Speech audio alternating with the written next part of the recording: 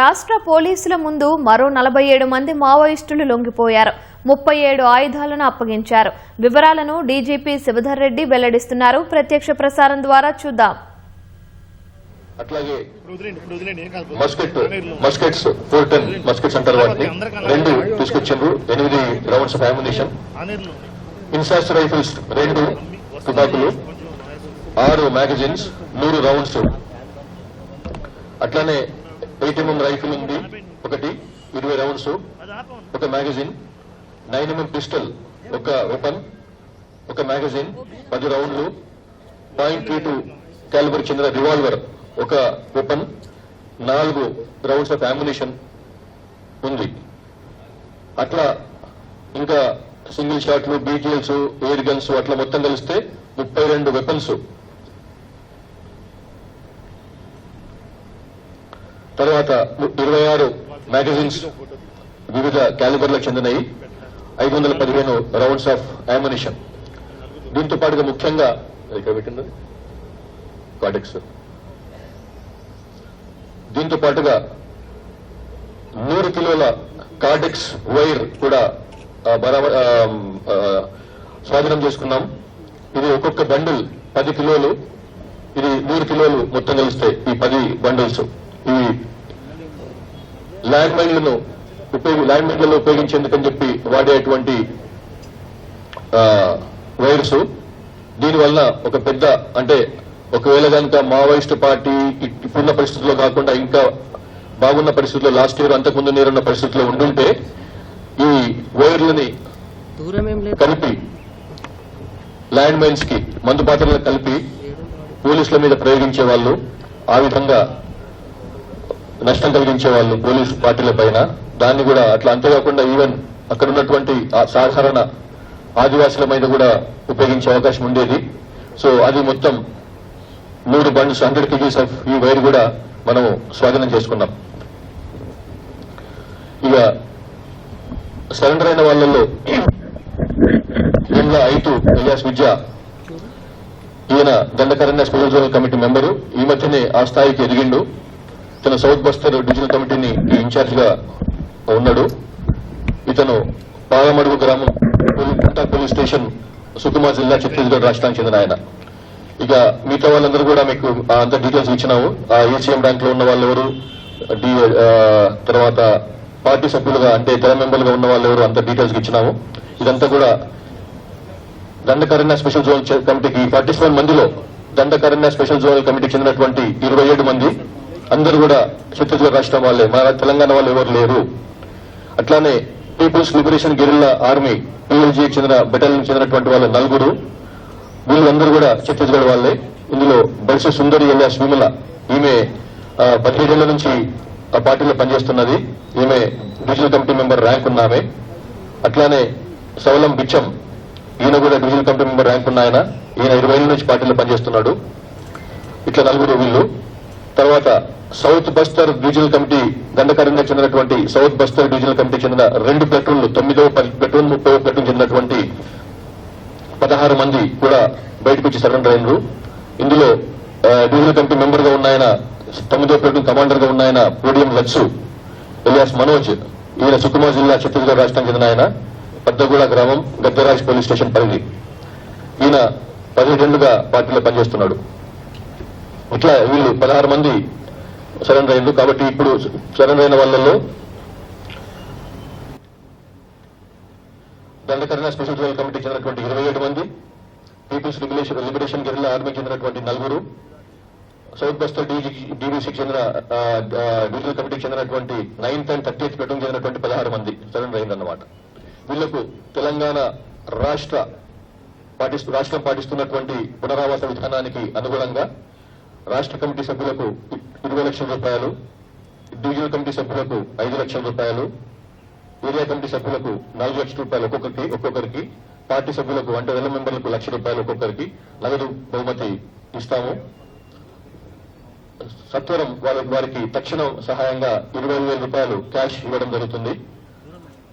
అట్లాగే కేంద్ర హోంమంత్రిత్వ శాఖ ఇచ్చినటువంటి విధి విధానాల ప్రకారం ఆయుధాలతో బయటకు వస్తే వాళ్ళకు కూడా సపరేట్ గా అడిషనల్ గా అదనంగా వాళ్ళకు కూడా ప్రోత్సాహకాలు ఉన్నాయి. అవి ఎల్ఎంజీతో బయటకు వస్తే 5 లక్షల రూపాయలు, AK-47తో బయటకు వస్తే వెపన్తో బయటకు వస్తే 4 లక్షల రూపాయలు, ఇన్సాస్తో వస్తే 2 లక్షలు, SLRతో వస్తే 2 లక్షలు, 303 రైఫిల్తో వస్తే 1 లక్ష రూపాయలు, 12 బోర్డ్తో వస్తే 30,000, 9mm పిస్టల్ కానీ, .38 రివాల్వర్తో కానీ బయటకు వస్తే 25,000 రూపాయలు. ఈ విధంగా వాళ్ళకు ప్రోత్సాహకాలు ప్రకటించింది గవర్నమెంట్ ఆఫ్ ఇండియా హోంమంత్రిత్వ శాఖ. ఆ విధంగా వాళ్ళకు ఇచ్చేటువంటి పునరావాసానికి అదనంగా ఈ అమౌంట్ కూడా లభిస్తుంది. సో ఈ రోజు ఆయుధాలతో పాటుగా వచ్చినటువంటి 47 మంది అజ్ఞాత సిపిఐ మావోయిస్ట్ కాడర్లకు రాష్ట్ర ప్రభుత్వం, కేంద్ర ప్రభుత్వం కల్పించేటువంటి పునరావాస సహాయం 1,50,00,000 రూపాయలు వీరికి పంపిణీ చేయబడుతుంది.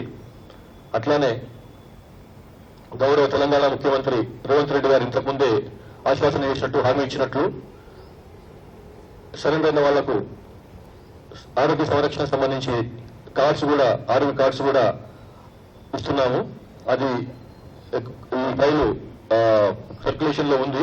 బహుశా ఇవాళ రేపట రావచ్చు. లాస్ట్ టైం చెప్పినా వస్తుందని కానీ బికాస్ ఈ ప్రజాపాలన ప్రగతి ప్రణాళిక ప్రోగ్రామ్ లో అందరూ ప్రభుత్వ శాఖలన్నీ కూడా బిజీగా ఉండడం వల్ల అది డిలే అయింది. కాబట్టి ఈ వారం రోజుల్లో వచ్చే అవకాశం ఉంది. ఇది హెల్త్ కార్డ్స్ కూడా కాబట్టి హెల్త్ కార్డ్స్ తోని వీళ్ళకు ఉన్నటువంటి ఆరోగ్యపరమైన సమస్యలకు కూడా నిమ్స్ లాంటి పెద్ద ఆసుపత్రిలో వాళ్ళకు ట్రీట్మెంట్ అవుతుంది.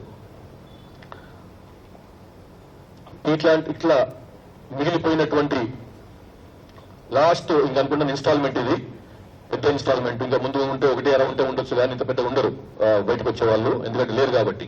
సో దీంట్లో వీళ్ళందరినీ బయటకు తీసుకురావడంలో అత్యంత సమర్థతతో పనిచేసినటువంటి స్పెషల్ ఇంటెలిజెన్స్ బ్రాంచ్ అధికారులు, వాళ్ళకి నాయకత్వం వహిస్తున్నటువంటి సుమతి గారు, అట్లానే దీనికి గైడ్ గా ఉంటూ ఎస్ఐబి ఇంటెలిజెన్స్ ని చక్కగా ఉపయోగిస్తున్నటువంటి గ్రోవన్స్ సిబ్బంది, వాళ్ళ నాయకుడు అనిల్ కుమార్ గారు, వీళ్ళని ప్రోత్సహిస్తున్నటువంటి అడిషనల్ డీజీ ల్యాండ్ ఆర్డర్ గారు, DG land order Mahesh Bhagwat garu, అట్లనే additional DG intelligence Vijay Kumar గారులకు నా సంపూర్ణమైనటువంటి అభినందనలు. తో లాస్ట్ 2 years నుంచి, లాస్ట్ 2024 మార్చి నుంచి మనం లెక్కేసుకుంటే ఈ 2 ఏళ్లలో తెలంగాణ పోలీసుల ముందర చిన్న పెద్ద అన్ని సీనియర్ స్థాయి నాయకుల నుంచి కింది స్థాయి నాయకుల వరకు 818 మంది బయటకు వచ్చి లొంగిపోయినారు. ఆ లెక్కలు కూడా మీకు ఇచ్చిన దాంట్లో ఉన్నాయి. అట్లాగే వెపన్స్ పరంగా చూస్తే ఈ 2 ఏళ్లలో 2024లో 36 వెపన్స్ తోని వీళ్ళు బయటకు వస్తే 25లో లాస్ట్ ఇయర్ 60 వెపన్స్ వచ్చినాయి. ఈ సంవత్సరం 238 వెపన్స్ తోని బయటకు వచ్చినారు, 238. అందులో 48 AK-47 ఉన్నాయి. మొత్తం ఈ లాస్ట్ 2 years లో 58 AK-47s తోని లొంగిపోయినారు. 6 LMGలు, 1 US made colt rifle, 1 Tavor Israel made weapon, INSAS rifles 48, SLRలు 50, అట్లా మిగతా అన్ని కూడా 303 రైఫిల్స్ 38. ఈ విధంగా మొత్తం చూస్తే 334 వెపన్స్ మొత్తం వచ్చినాయి. అందులో 238 ఈ ఒక్క సంవత్సరంలో వచ్చిన వెపన్సే, ఫస్ట్ 4 months లో వచ్చిన వెపన్సే. ఇందులో దీంతో ఇంక ఏమాత్రం కూడా అవకాశం లేకుండా ఉంది. సిపిఎం అంటే మన తెలంగాణ రాష్ట్రంలో అయితే ఇప్పటికే మనం ఇంతకుముందు చెప్పుకున్నాం, లాస్ట్ మంత్ చెప్పుకున్నాం, ఇది మావోయిస్ట్ రహిత రాష్ట్రం అని చెప్పి. అట్లానే సౌత్ ఛత్తీస్గఢ్ కూడా ఆల్మోస్ట్ మావోయిస్ట్ రహిత రాష్ట్రంగా ఆవిర్భవించింది. ఇది MHA ministry of home affairs already మీకు తెలుసు అనౌన్స్ చేసింది. తో లాస్ట్ 2 years చూస్తే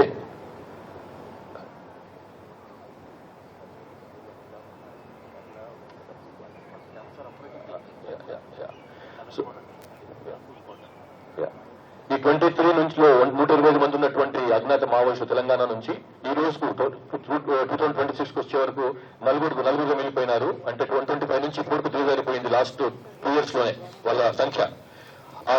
నలుగురిలో 2 సెంట్రల్ కమిటీ మెంబర్ స్థాయి వాళ్ళు ఉన్నారు, 2 స్టేట్ కమిటీ మెంబర్ స్థాయి వాళ్ళు ఉన్నారు. మీకు తెలిసి వాళ్ళు ఎవరు ఆల్రెడీ మీ దగ్గర ఇన్ఫర్మేషన్ ఉంది.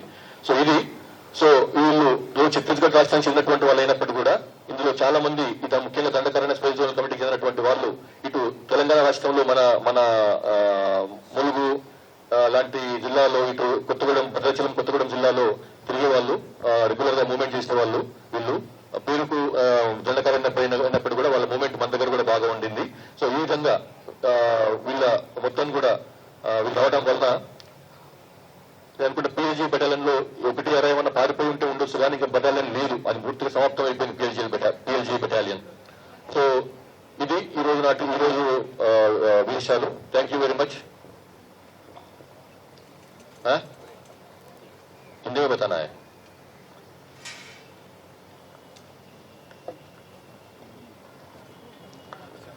आज तेलंगाना पुलिस के सामने 47 सीपीआई माओवादी भूमिगत नक्सलाइट्स आत्मसमर्पण किए हैं. 47 माओवादी कार्डर्स में एक स्टेट कमेटी मेंबर दर्जा रखने वाला है और 3 डिविजनल कमेटी मेंबर दर्जा रखने वाले हैं और 24 एरिया कमेटी मेंबर के दर्जे पे हैं और बाकी 19 दस्ता के सदस्य हैं, पार्टी मेंबर्स हैं 19. तो जुमला 47 लोग 47 सीपीआई माओवादी कार्डर्स आज हमारे सामने आत्मसमर्पण करे हैं और साथ बंदूक भी लेके आए हैं जिसमें पूरे 32 बंदूक है, जिसमें एक LMG भी है, एक मैगजीन